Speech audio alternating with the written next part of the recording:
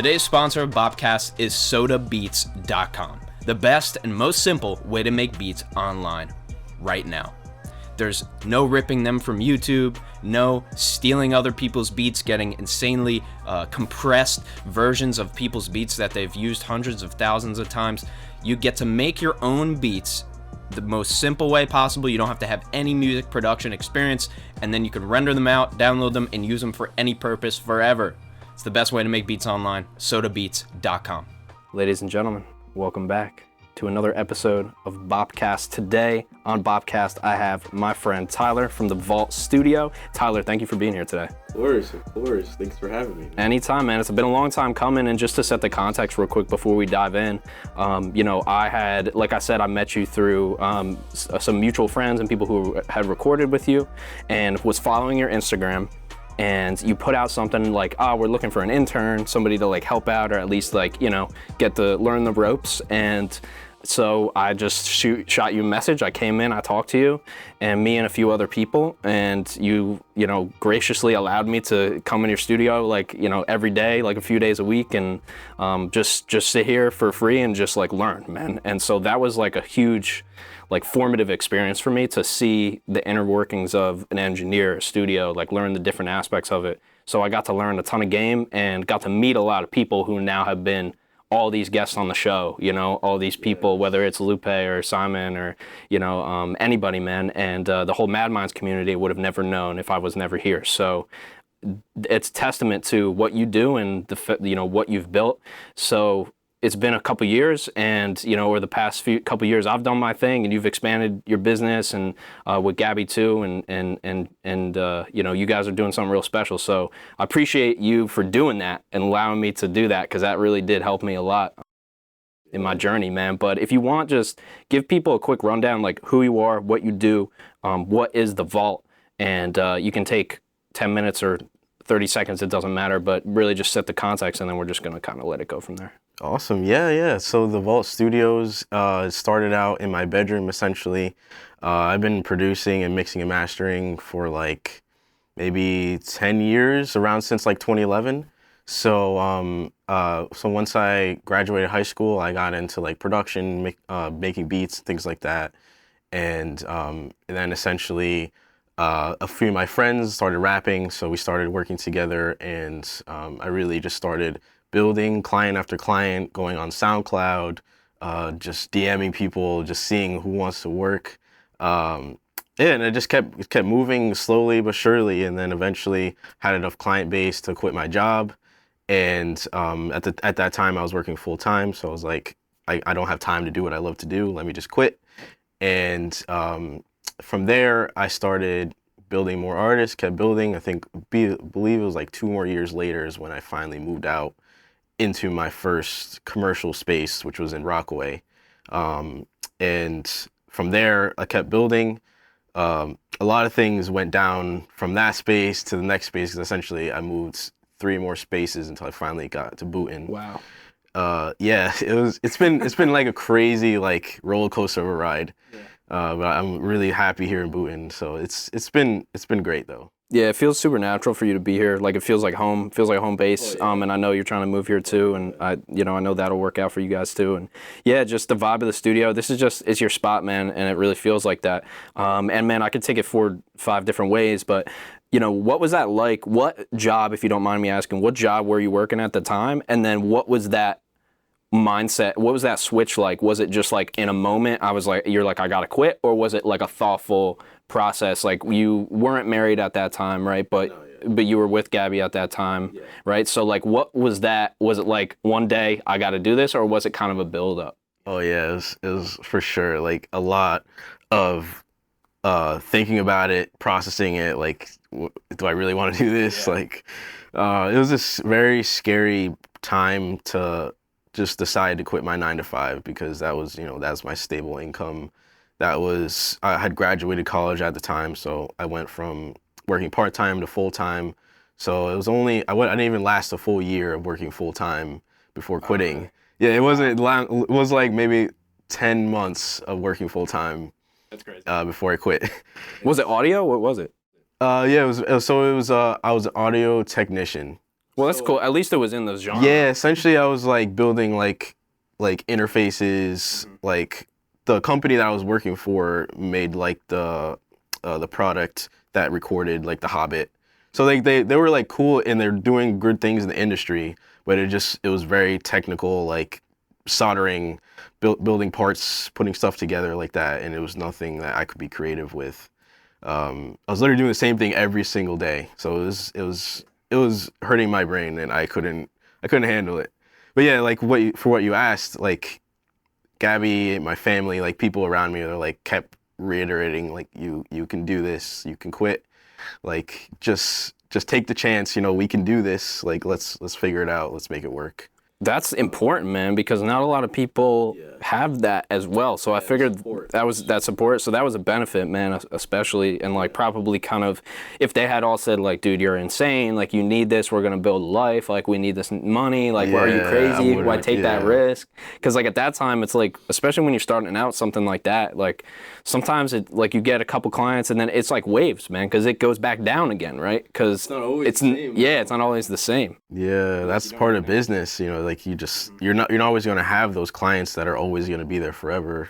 Yeah, it changes. You never know. Yeah, that's the scary part is, you're literally just doing it yourself. Even right now, it's like, it doesn't matter how far you are. That's the craziest thing is that, like, I know this from DJing. It's like, you can have a great gig last night.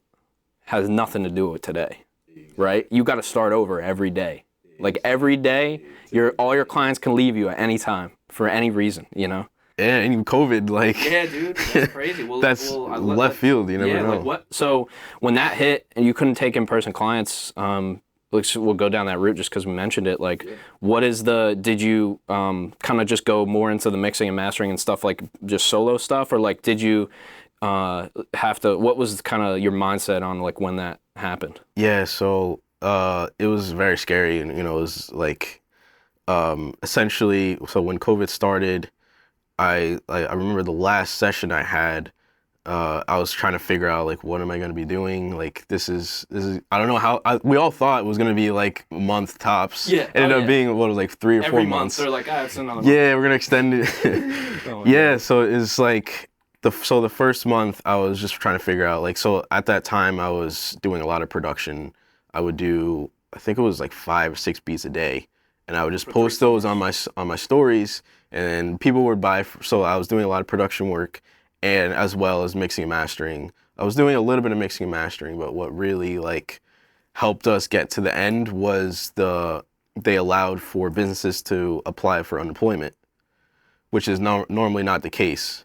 So I was able to pull out unemployment, which also helped us get that cushion to get us to because we had to pay rent. We pay rent here and at our apartment, so it's insane. I know. I did it, and like it's freelancers too, and it saved me too. I'm a W-4 employee in my other job, the DJing job. Yeah. That's done. That's a large part of my income. You know, it's not all of it, but it's a big chunk when it comes down to the bills and everything, man. It was brutal. We have to pay. Yeah. You know, like it's not like the landlords like cut rent or anything. Like we had to still pay. So yeah, it's crazy.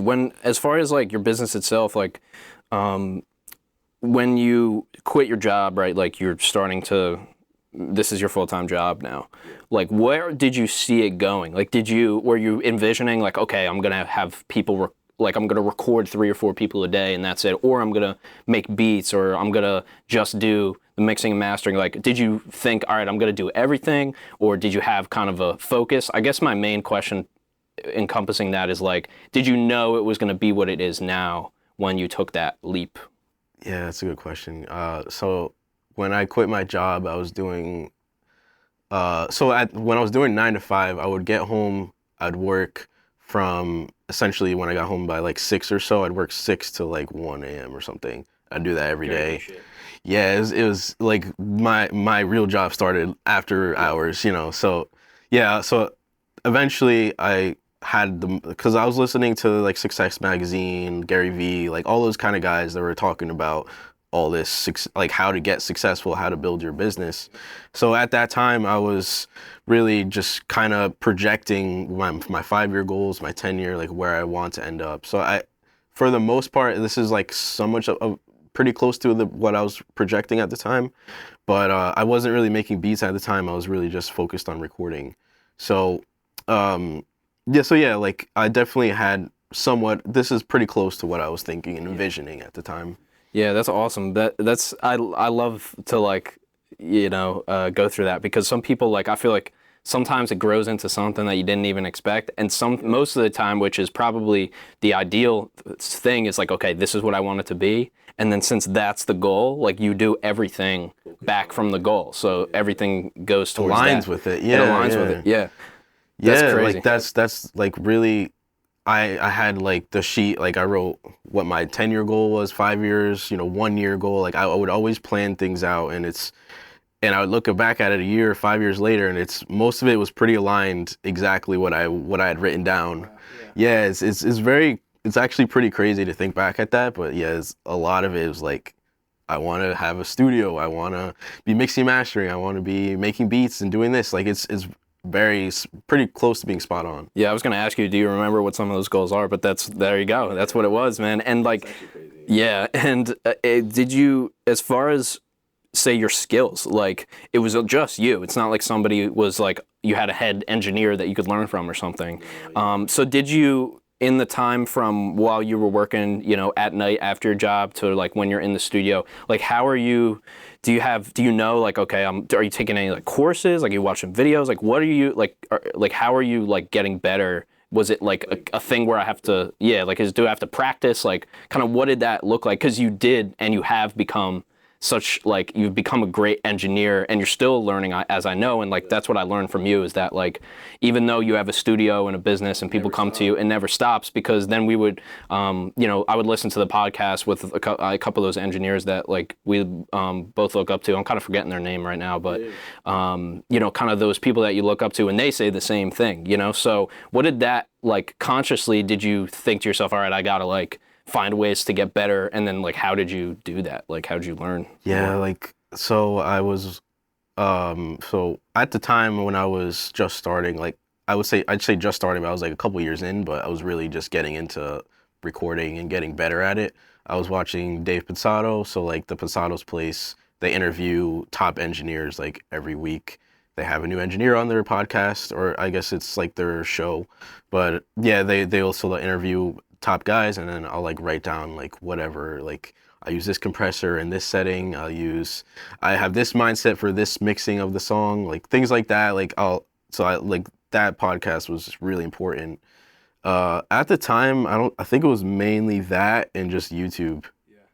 That's like for me, yeah. A lot of that. There was like a couple of videos here and there, but most of it was just practicing, like just doing it myself, having a ton of clients, and then just really just practicing after, like, let's say we recorded a song, I would sit there after, like, for free, on my own time, and just try to mix their song, get it to sound as good as I can, and that would be, like, my practice, Yeah, that's crazy. I realized that, like, there's no way to get, like, that's the only way to get better, really. So, like, you can watch you gotta watch the videos first, but it's, like, education versus application, it has to be, like, 1-to-1 or, like, 2-to-1. Like, you can watch a little bit more than you apply, but like once you get to like you're only watching and you're not applying, like you're not learning anymore. It's just stupid knowledge. Taking action on things is that's the most important. You can't get anywhere without actually trying it and doing it and figuring out, oh, I like what he said there, but let me try this. Like you have to like in your brain figure it out yourself too.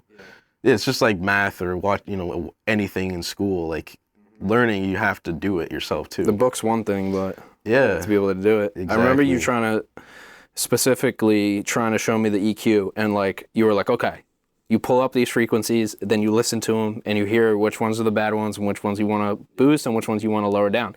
And I had no idea what you were talking about. Like I watched you, but I couldn't tell. I'm like, what are you listening to? Right. Like, what am I hearing that I want to take out? Yeah. Like I had no idea what you were talking about.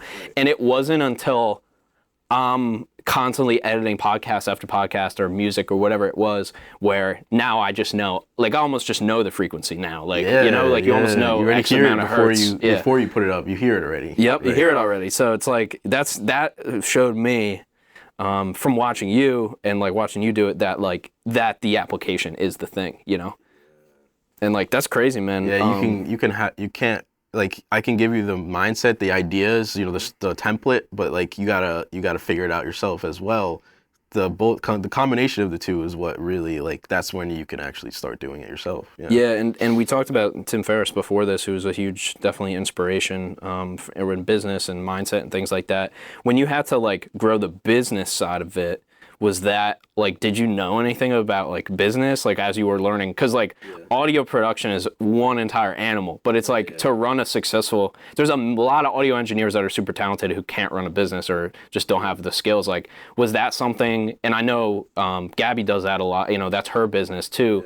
So like, what was that like, kind of like building, now going from, hey, being in your bedroom's cool, you can just write it down, you can text, hey, show up at this time, it's gonna be $30. All right, cool, they give you some cash, but now you got invoices and receipts and write-offs and LLCs and everything. Like, what was the kind of how was starting a business around that? Yeah, like, yeah, a lot of it was because we had a partnership. Gabby and I just like, she would tell me a lot of things because she went to school for accounting. So at the time she was taking business classes, she was learning about it, you know, outside of our business. So we started like, she had ideas and things that she was projecting for the studio. At the time, I had a mindset of I just want to create. I don't even want to think about the business. So it was like a lot of butting heads at the time because we were like, she was seeing something that I didn't even see yet. And that's a lot of like what became my mindset and starting the business, because we were watching Gary Vee, but you know, it's one thing watching and one thing doing. It took me like 6 years of watching Gary Vee to start a business, yeah, so it's I know how it very is. hard. Yeah, it's a lot of mindset, but yeah, so she had like that business side, and then she kind of helped me figure out like thinking business wise, like this is all cool, you're creative, but think about the business, think about how are you going to scale this? What are you going to add to the business that we can make it bigger? You know, like how are we going to expand from this? Can't be in your bedroom forever and make a business out of that and think that that's going to scale. And it's like you can be a freelancer as much as you want, but when you go to the business owner, it's a whole different ballgame. Yeah, exactly. You know? And I'm not going to be in my parents' house forever. I can't have that's my only studio. I got to be able to put it on the side somewhere else and have it run on its own. I don't want to have to be in there all the time. So is that, I definitely want to go into like goals and stuff like that, but just since we brought it up right now, like is that like a goal for you? Like do you want to have like engineers below you and people, I don't know, you have people that work for you now, but is that kind of where you see it going, in that kind of capacity where you can step away a little bit and kind of be like a boss? Yeah, I definitely see that. I want to really, my focus right now is mixing, mastering. I want to be able to mix like essentially like 8-hour days. Like I'll just be mixing songs and I'll have engineers under me. So that's why we eventually want to scale into a two studio building, so that you wouldn't be doing mix. The tracking, the recording. Exactly. Somebody else would do that, and you could handle the mixing. And that's my goal, and that's where, because I find I love to just edit and just sit there and listen to a snare, listen to an audio, like a vocal, like that's my real passion. Like I love to just listen to sonics and make things sound good together, as opposed to recording. Recording's fun, but and I love being in the studio with clients, but I love just as much just mixing. So I think I definitely want to invite clients to mixing sessions, but I want to be able to just focus on mixing. That's my goal. Yeah. I see it happening. I mean, that makes sense too. And like, I guess you found that lane, you know, like you had to do it all. Like you had to record people and you had to. Which I've done so many hours of sessions. I know. And I watched, I've been here like, you know, which, you know, when I was here, like that's all we did, man. I just watched you do your thing and, you know, I helped a little bit, but like really just watching, like that's there. And like that's another question I have, which is, has it kind of expanded your mind to like in being in all these sessions with all of these artists, like being exposed to so many artists, has that changed like your I guess opinion on like music and like how artists work? Like did you really know like how like the artist process was in the beginning versus now? Because it's like you've done probably thousands of hours of recording. Like that must have changed something. Yeah, I mean, but in the beginning, before I started recording artists, it was just me making the beats, really. Like I had maybe 1 or 2 artists and then that's it. And I was very like surprised like to see the process of like everyone using YouTube beats, I didn't know that was a thing. Like I thought they just I don't know. I guess the mindset was just different back then. But seeing like how many people use YouTube Beats is fine. You know, we just download off of YouTube. But I was like very taken back. But you're like an engineer though, so you're looking at it. You're like, well, the quality is going to be sacrificed, and it's like, can we get the stems? And they're like, what's the stems? Right. Right. Yeah. And you're like, how do you not know what that means? You know? Yeah. So like it you know, I learned fast, but it was very like surprising to see what the actual business was like in us using YouTube Beats, which is it's the sound. I mean, like a lot of people, even our top artists use YouTube Beats. It's a thing. Do you have like a certain genre that you really, well, I guess in the capacity of like mixing and mastering, do you have like a certain genre that's really like your favorite? Is it hip hop? Is it, because I know you have done other genres. I don't know. Is hip hop before that, like, is hip hop the main, like, do you do mostly hip hop and rap, or is it still or is it a pretty big mix? Yeah, right. So for the first, essentially, like up until I guess like a couple, like maybe 2 years ago, I was just mainly just hip hop. Yep. I had one or two singers here and there. Like it's starting to branch into more pop, more R&B. Like I'm starting to widen my genres. But yeah, for the most part, it was only been hip hop, rap, things like that. Yeah. Do you find like, is that your favorite to like mix and master, or do you like, is there some other ones that are like unknown that you also like I love mixing rap vocals. Really, I just love vocals. Like that's my favorite thing to mix, and just making drums like hit really hard. Yeah. Like those are my two favorite things, but not really genre specific. I love like mixing hip hop, and I love mixing pop and R&B. Yeah. Those are I feel like my three favorite genres to mix. I've mixed country songs, I've mixed rock songs. I've done like pretty much projects. I've done. I was here like a lot of different. You would do hip hop during the day, and then like when I would leave and you would do a mix, it would be like, oh, somebody sent me this rock song, I got to do real quick. Like I've done a lot of different genres, and it's all fun. It's all like different, like it's different parts of your brain that are getting used, and it's cool. Yeah, it's when really it comes to your own music, like how do you have a schedule for that? Like when do you find time to make music? Because I know like in your music on Spotify, like I have some of it saved, like it's been on playlists, like it has traction, and it's totally its own thing. Like when do you do that? Is that like high priority for you, or is it a side project, or like kind of where does that fit into the like mix? the lo-fi chill hop stuff? Mm-hmm. It's something I started during COVID, which was like the idea was that I wanted to use that as a way to help my artists. Like I wanted to figure out, how do you get on Spotify playlists? How do you release music? Like what happens after you release it, and like all that kind of stuff. I wanted to whole different to learn element of music. Way different. Yeah. And it's something that's it gives me a new value. Like I can now tell that to my artists, which is like something I want to prioritize, in that you can get on a playlist and like, well, what's a playlist? Like this is how you get on a playlist, this is how you find playlists. So that was like the original mindset, and then it kind of just took off, and on its own, like it just keeps rising, and I keep developing that, I guess, character of Antonius B. Like I keep doing more for it, but it's definitely more so a side project and something that I enjoy doing in my spare time. So like maybe I work, like the last 2 months I haven't done really anything for it, but for like the January to like March, I like pre-planned projects that like I worked on. Like I have 3 EPs. I have one coming out next month, one in the following month. So I have like a lot of things that are stretched out from that. Yeah. Yeah. What got you on that genre? Did you just start making lo-fi one day, or like did you just love the samples, like, or what? Like what was it? Because like not that I wouldn't expect you to make that. I just was like, oh my god, this is so good. Like I was like, this is just. When I put on my study beats, dude, like back in college, that was that music. Like I could have just listened to your album, I wouldn't even know it was you.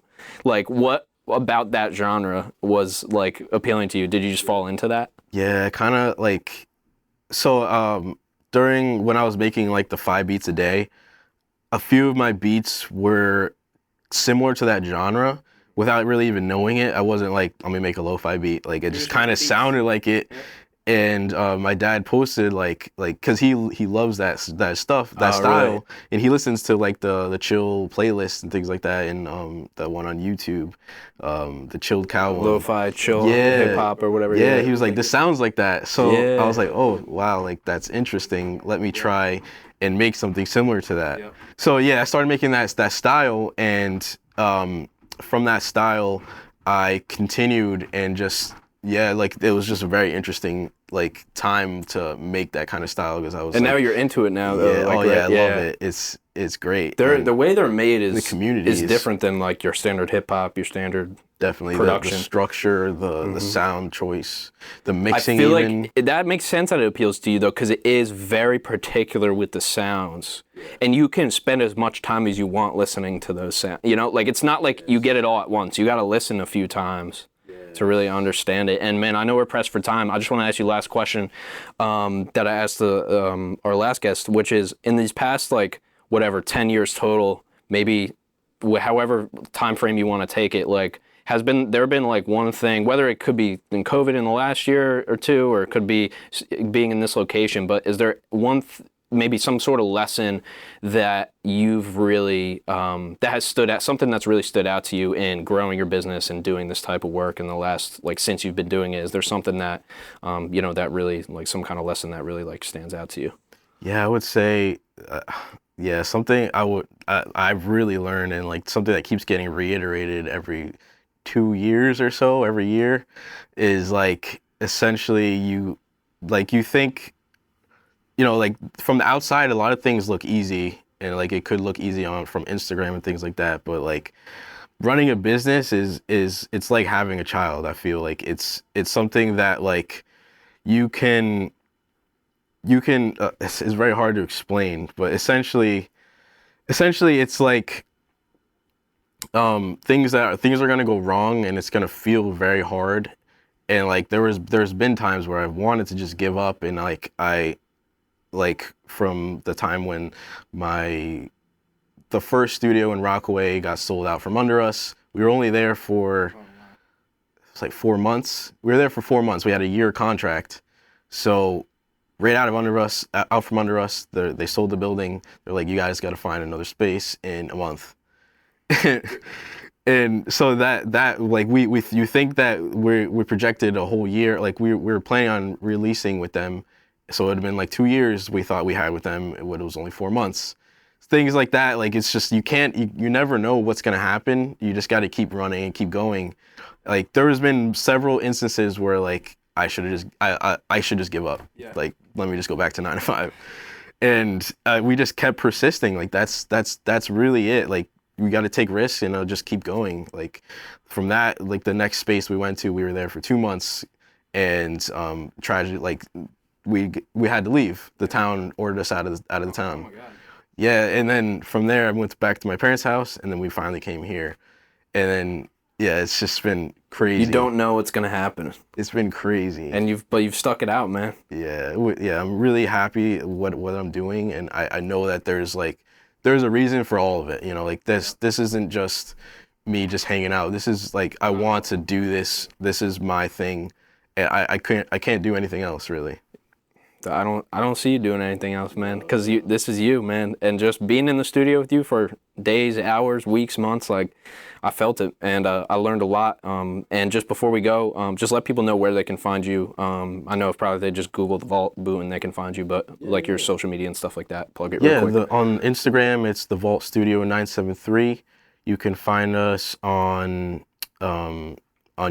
Google. You can find us if you just type in the Vault Studio. Find us on Google. You can find our website, which is the Vault Studio 973. On YouTube too. Like we have a couple videos on YouTube. Yeah. I'll link it all. And I'll link your music as well. Perfect. Tyler Braddock, the Vault Studio. Tyler, thank you for doing this, man. This has been great. Much. Thanks for having me. Anytime, man. I'd love to be back. Love to come back. Love for you to pull up one day. Maybe do it on my place too. That'd be a lot of fun, man. We'll do like an hour and a half, do a big long interview or something, have fun.